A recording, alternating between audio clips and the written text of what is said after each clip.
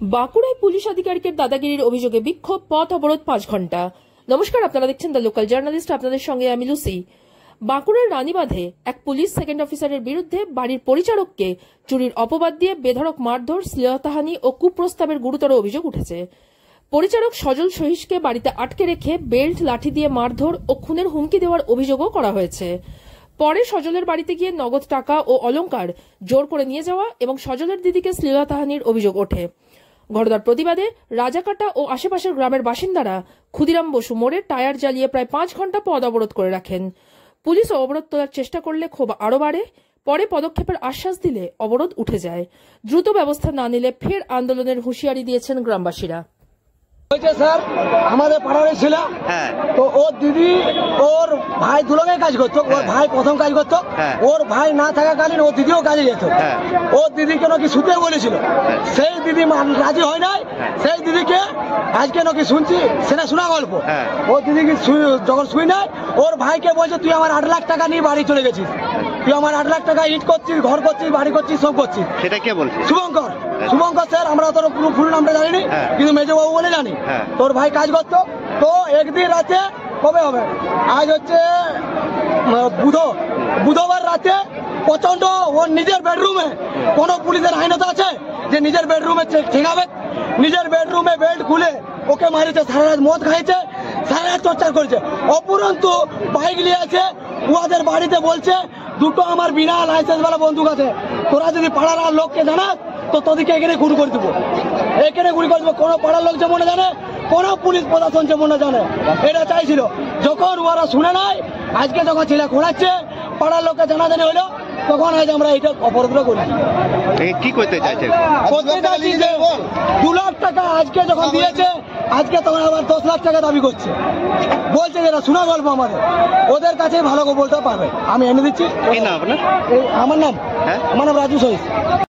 সব কিছু ইয়া করে দেবো দিয়ে বলছে না স্যার, আমার দিদির তো স্বামী আছে, আমার দুটো ছোট ছোট বাচ্চা আছে, আমার স্বামী এত চালাক বাচ্চার লোকের মতন নয়। আমরা সবাই 3 ভাই বোনেই কাটি। আমার বড় ভাইটার শরীর খারাপ, চলতে পারে না, ওর মাথায় ইয়া মেন্টালের ওষুধ খাচ্ছে পুরুলাতে। তাহলে আমি আমার বড় আর আমার ভাই যা রোজগার করি, আমরা রোজগার করি। মাটা দিদ বাবাটা মারা গেছে, আর ঠাকুমাটাও তো বয়স হয়ে গেছে। নেশা খাই কি আপনাদের বাড়ি গেছে? হ্যাঁ, নেশা খাইয়ে বাড়ি গেছে। আমরা পায়ে হাতে ধরছি, বলি কি হলো স্যার, কি হলো স্যার? বলছে কাঁচা করে মুখ করে বলছে তো এবার কালকে সকালে তুই আর তোর মা যাবি, যাই সবটা শুন। কোথায় যেতে বলেছে ওটা? ও আর ওই জনখানে ভাড়া নিয়ে থাকে, রুমে। বলছে আমার রুমকে যাবি, আর কাকুকে যদি বলুস তোদের জীবনটা কেরাসিন করে দিব, তোদের জীবনটা শেষ করে দিব। বলছে জীবন যাপন তোদেরকে জেল দিয়ে দিব। ওটা কবে বলছে? ওটা কবে বলছে? হ্যাঁ, কালকে থেকে বলছে, কালকেও বলেছে, আজকেও বলেছে। আমরা তো 3টার সময় ঘর গেলাম, বলছে তোর ভাইকে রাখি দিয়ে যা। বলি না স্যার, রাখি দিয়ে যাবো না। আজকে কি মারধর করেছে? মারধর করেছে, যবে থেকে মানে পুলিয়ে গেছে, মারধর কিরকম করছে। কি নাম? আবার বলছে রাখি দিয়ে যাবি, বলছে ওয়াকে। বলি না স্যার, আমরা 3 জন আছি, 3 জনেই যাবো। কি নাম তোমার? কি নাম? আমার নাম কাকলি। কাকলি সই। আমাদের ছেলেটি কাজে গেছিল, কাজে গেছিল, দিয়ে সাহেবের পয়সা হারাইছে, কি হয়েছে জানেনি। তাহলে এখন ইয়া করে ওকে বলছে যে তুই চুরি করিস। না স্যার, আমি চুরি করিনি। না স্যার, আমি চুরি করিনি। মানে কিছু আর ইয়া হয়নি। না হওয়ার পরে কি করেছে, বাড়িতে নিয়ে গেছে। বাড়িতে নিয়ে যাই বাসটা ভাঙিয়েছে। বাসটা ভাঙি নিয়ে একটি বউ হয়েছে, তার গয়না ছিল, কানের ছিল, হাতের ছিল, আর হাতের আংটি ছিল ছেলের। যাই সব কিছু বাসটা ভাঙি নিয়ে চলে এসেছে। তো আসি আর করে ছাতিকে ঘরকে যেতে দেয়নি।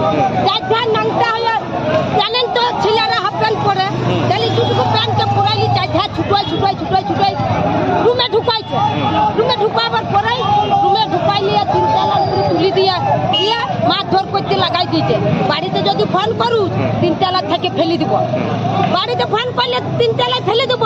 থানায় জানাইলে তোর একটা হাড়ও খুঁজে পাবাক নাই, তোকে কোনো দিন খুঁজে পাবাক না, এমন আমি ধারণার লোক। তোকে কি করি? কে বলছে? আমি ওই পুলিশটার নাম জানিনি স্যার, মেজবাবু বটে। আমি আপনারা কেউ কঠিন জানিনি তো গায়ের লোকে তো ফোন করছি ছেলে ঘর আসে নাই ফোন ধরতে দেয়নি ফোন ছাড়াই রাখি দিয়েছে ফোন কিছু ধরতে দেয়নি আর পাখা চালাইছে আর ছেলেকে আড়াইটা তো মেরেছে তাহলে এবার তার বাপ নাই এবার তার মায়ের ভিতরটা কত ফাটবে আঘাত হবে না নাই কি নাম তোমার কি নাম?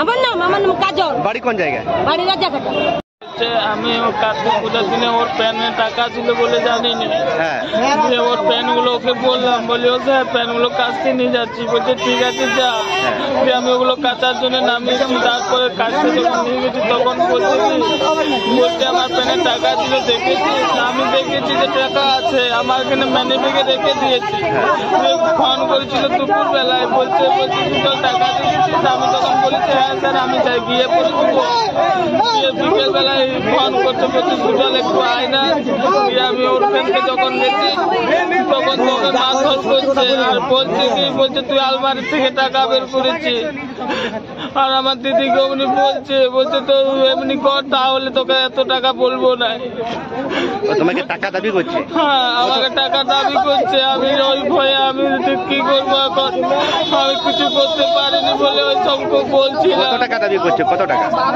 12 লাখ টাকা প্রথমে বলছে 12 লাখ দিয়ে বলছে 12 লাখ যখন পারবিনি 6 লাখ ঠিক আছে তো আমি তাই হোক করেছি আমাদের তো কেউ কোথাও নেই রিভলভার দেখাচ্ছে এটা কবে কালকে রাত্রিবেলায় তবে টর্চার করেছে টাকায় মেরেছে কবে রিভলভার দেখাইছে? হ্যাঁ কবে রিভলভার দেখাইছে?